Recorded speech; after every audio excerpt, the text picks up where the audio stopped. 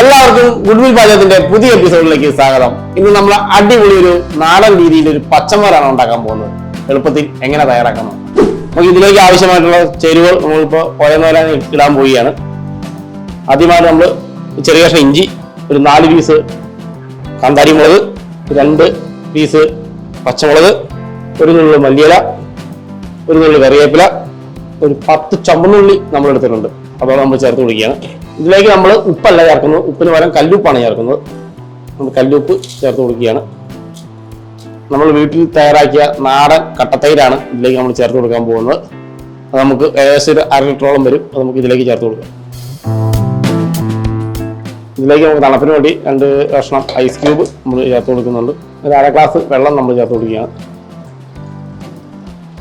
അപ്പോൾ നമ്മുടെ ചേരുവകളെല്ലാം റെഡിയായിട്ടുണ്ട്. ഇങ്ങനെ നമുക്കൊന്ന് ജസ്റ്റ് ഒന്ന് ബ്ലെൻഡ് ചെയ്തെടുക്കാം. ഒത്തിരി പേസ്റ്റ് ആക്കണ്ട, ജസ്റ്റ് ഒന്ന് ബ്ലെൻഡ് ചെയ്തെടുത്താൽ മതി.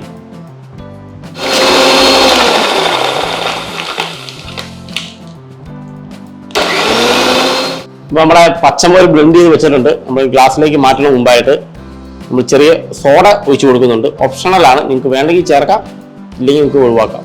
ഇതിലേക്ക് നമ്മൾ കുറച്ച് സോഡ നമ്മൾ ചേർത്ത് കൊടുക്കുകയാണ്. ഇത് നമ്മൾ ബ്ലെൻഡ് ചെയ്തതാണ്, സ്ട്രെയിൻ ചെയ്യുന്നില്ല.